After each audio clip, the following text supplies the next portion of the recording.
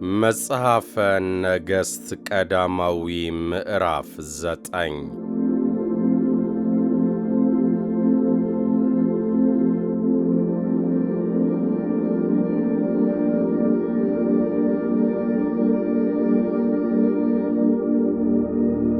ሰሎሞንም የእግዚአብሔርን ቤት የንጉሡን ቤትና ሰሎሞን የወደደውን የልቡን አሳብ ሁሉ ሰርቶ በፈጸመ ጊዜ እግዚአብሔር በገባዖን ለሰሎሞን እንደ ተገለጠለት ዳግመኛ ተገለጠለት። እግዚአብሔርም አለው፣ በፊቴ የጸለይከውን ጸሎትህንና ልመናህን ሰምቻለሁ። ለዘላለምም ስሜ በዚያ ያድር ዘንድ ይህን የሠራውን ቤት ቀድሻለሁ። ዐይኖቼና ልቤም በዘመኑ ሁሉ በዚያ ይሆናሉ። ዳዊትም አባትህ በየዋህ ልብና በቅንነት እንደ ሄደ አንተ ደግሞ በፊቴ ብትሄድ ያዘዝኩህንም ሁሉ ብታደርግ ሥርዓቴንም ፍርዴንም ብትጠብቅ እኔ ከእስራኤል ዙፋን ከዘርህ ሰው አታጣም ብዬ ለአባትህ ለዳዊት እንደ ተናገርሁ የመንግሥትህን ዙፋን በእስራኤል ላይ ለዘላለም አጸናለሁ። እናንተና ልጆቻችሁ ግን እኔን ከመከተል ብትመለሱ የሰጠኋችሁንም ትእዛዜንና ሥርዓቴን ባትጠብቁ ሄዳችሁም ሌሎችን አማልክት ብታመልኩ ብትሰግዱላቸውም እስራኤልን ከሰጠኋቸው ምድር አጠፋቸዋለሁ።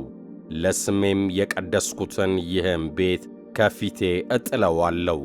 እስራኤልም በአሕዛብ ሁሉ መካከል ምሳሌና ተረት ይሆናሉ። ከፍ ከፍ ብሎ የነበረውም ይህ ቤት ባድማ ይሆናል። በዚያም የሚያልፍ ሁሉ እያፏጨ እግዚአብሔር በዚህ አገርና በዚህ ቤት ስለምን እንዲህ አደረገ ብሎ ይደነቃል። መልሰውም ከግብፅ ምድር አባቶቻቸውን ያወጣውን አምላካቸውን እግዚአብሔርን ትተው ሌሎችንም አማልክት ስለተከተሉ ስለሰገዱላቸውም ስላመለኳቸውም ስለዚህ እግዚአብሔር ይህን ክፉ ነገር ሁሉ አመጣባቸው ይላሉ። ሰሎሞንም የእግዚአብሔርን ቤትና የንጉሡም ቤት ሁለቱም ቤቶች የሠራበት 20 ዓመት በተፈጸመ ጊዜ ንጉሡ ሰሎሞን በገሊላ ምድር ያሉትን 20 ከተሞች ለኪራም ሰጠው። የጢሮስም ንጉሥ ኪራም የሚሻውን ያህል የዝግባና የጥድ እንጨት የሚሻውንም ያህል ወርቅ ሁሉ ለሰሎሞን ሰጥቶት ነበር። ኪራምም ሰሎሞን የሰጠውን ከተሞች ያይ ዘንድ ከጢሮስ ወጣ፣ ደስም አላሰኙትም። እርሱም ወንድሜ ሆይ የሰጠኸኝ እነዚህ ከተሞች ምንድናቸው? አለ። እስከ ዛሬም ድረስ የከቡል አገር ተብለው ተጠሩ። ኪራምም 120 መክሊት ወርቅ ለንጉሡ ላከ። ንጉሡም ሰሎሞን የእግዚአብሔርን ቤትና የራሱን ቤት ሜሎንም የኢየሩሳሌምንም ቅጥር ሐጾርንም መጊዶንም ጌዝርንም ይሠራ ዘንድ ገባሮችም መልምሎ ነበር። የግብፅም ንጉሥ ፈርዖን ወጥቶ ጌዝርን ይዞ ነበር፣ በእሳትም አቃጥሎ ነበር። በከተማም የኖሩትን ከነዓናውያን ገሎ ነበር። ለልጁም ለሰሎሞን ሚስት ጥሎሽ አድርጎ ሰጥቶአት ነበር። ሰሎሞንም ጌዝርን፣ የታችኛውንም ቤት ሖሮን፣ ባዕላትንም በምድረ በዳም አገር ያለችውን ተድሞርን ለሰሎሞንም የነበሩትን የዕቃ ቤት ከተሞች ሁሉ የሰረገላውንም ከተሞች የፈረሰኞችንም ከተሞች በኢየሩሳሌምም በሊባኖስም በመንግሥቱም ምድር ሁሉ ሰሎሞን ይሠራ ዘንድ የወደደውን ሁሉ ሠራ። ከእስራኤልም ልጆች ዘንድ ያልነበሩትን ከአሞራውያንና ከኬጣውያን ከፌርዛውያን ከኤዋውያንና ከኢያቡሳውያን የቀሩትን የእስራኤልም ልጆች ያጠፏቸው ዘንድ ያልቻሉትን በኋላቸው የቀሩትን ልጆቻቸውን ሰሎሞን እስከ ዛሬ ድረስ ገባሮች አድርጎ መለመላቸው። ሰሎሞንም ከእስራኤል ልጆች ማንንም ባሪያ አላደረገም። እነርሱ ግን ሰልፈኞች፣ ሎሌዎችም፣ መሳፍንትም፣ አለቆችም፣ የሰረገሎችና የፈረሶች ባልደራሶች ነበሩ። ሰሎሞንም በሚሠራው ሥራ ላይ ሠራተኛውን ሕዝብ የሚያዙ አለቆች 550 ነበሩ። የፈርዖንም ልጅ ከዳዊት ከተማ ሰሎሞን ወደ ሠራላት ወደ ቤቷ ወጣች። በዚያን ጊዜም ሜሎን ሠራ። ሰሎሞንም በየዓመቱ 3 ጊዜ የሚቃጠለውንና የደህንነቱን መሥዋዕት ለእግዚአብሔር በሠራው መሠዊያ ላይ ያሳርግ ነበር። በእግዚአብሔር ፊት ባለው መሠዊያ ላይ ዕጣን ያሳርግ ነበር። ቤቱንም ጨረሰ።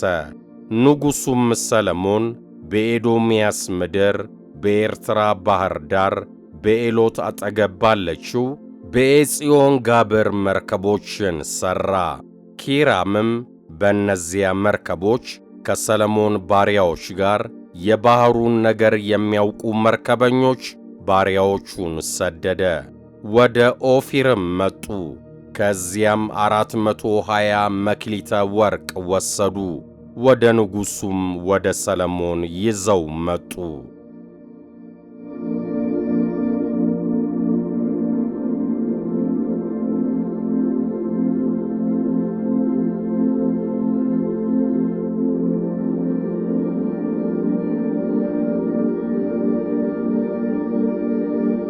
መጽሐፈ ነገሥት ቀዳማዊ ምዕራፍ 10 የሳባም ንግሥት በእግዚአብሔር ስም የወጣለትን የሰሎሞንን ዝና በሰማች ጊዜ በእንቆቅልሽ ትፈትነው ዘንድ መጣች።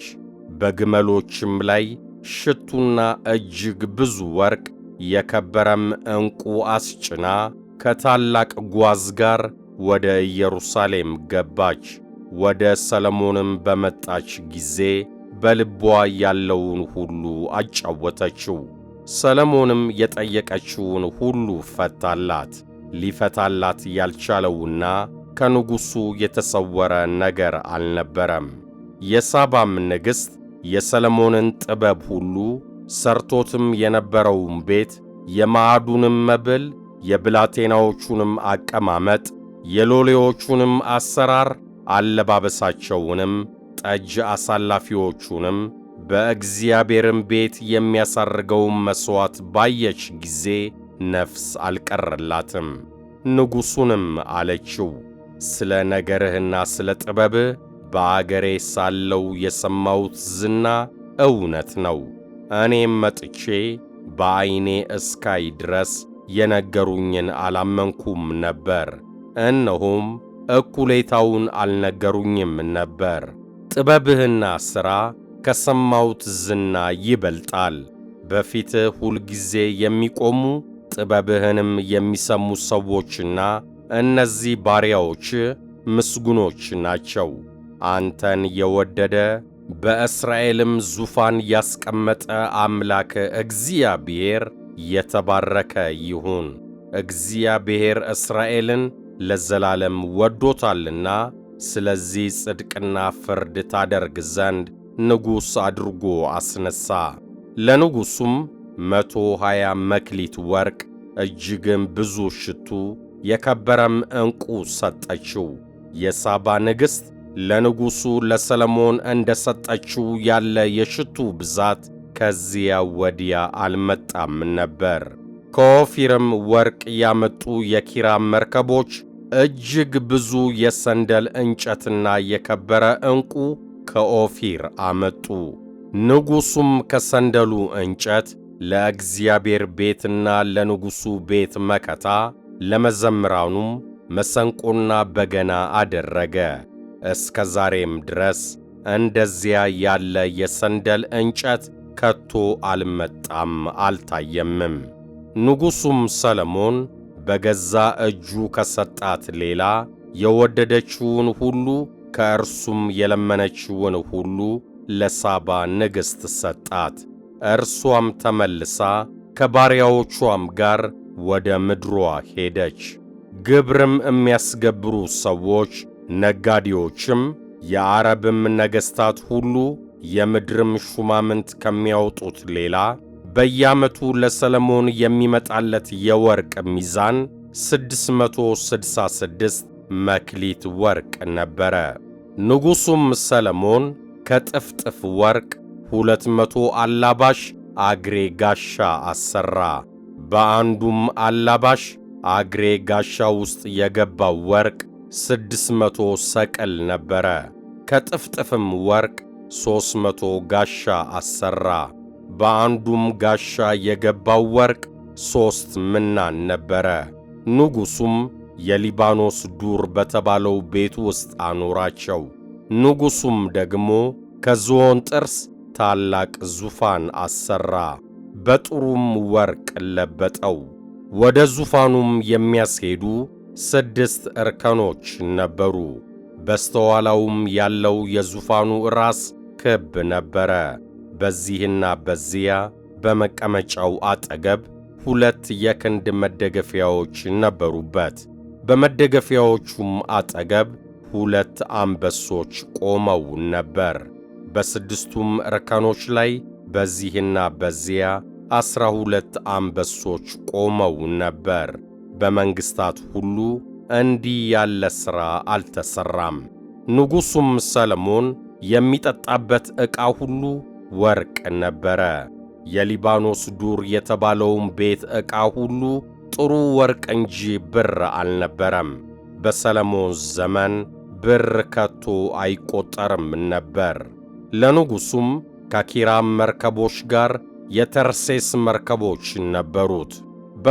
በሦስት ዓመትም አንድ ጊዜ የተርሴስ መርከቦች ወርቅና ብር፣ የዝሆንም ጥርስ፣ ዝንጀሮና ዝንጉርጉር ወፍ ይዘው ይመጡ ነበር። ንጉሡም ሰለሞን በባለጠግነትና በጥበብ ከምድር ነገሥታት ሁሉ በልጦ ነበር። ምድርም ሁሉ እግዚአብሔር በልቡ ያኖረለትን ጥበቡን ይሰማ ዘንድ የሰለሞንን ፊት ይመኝ ነበር። ከእነርሱም እያንዳንዱ በዓመቱ ገጸ በረከቱን የብርና የወርቅ ዕቃ፣ ልብስና የጦር መሣሪያ፣ ሽቱም፣ ፈረሶችና በቅሎች እየያዘ ይመጣ ነበር። ሰለሞንም ሰረገሎችንና ፈረሰኞችን ሰበሰበ። 1400 ሰረገሎች፣ 12000 ፈረሰኞች ነበሩት። በሰረገሎችም ከተሞች ከንጉሡም ጋር በኢየሩሳሌም አኖራቸው። ንጉሡም ብሩም በኢየሩሳሌም እንደ ድንጋይ እንዲበዛ አደረገው። የዝግባም እንጨት ብዛት በቈላ እንደሚበቅል ሾላ ሆነ። ሰለሞንም ፈረሶችን ከግብፅና ከቀዌ አገር አስመጣ። የንጉሡም ነጋዴዎች በገንዘብ እየገዙ ከቀዌ ያመጧቸው ነበር። አንዱም ሰረገላ በ600 አንዱም ፈረስ በ150 ብር ከግብፅ ይወጣ ነበር። እንዲሁም ለቄጣውያንና ለሶርያ ነገሥታት ሁሉ በእጃቸው ያወጡላቸው ነበር።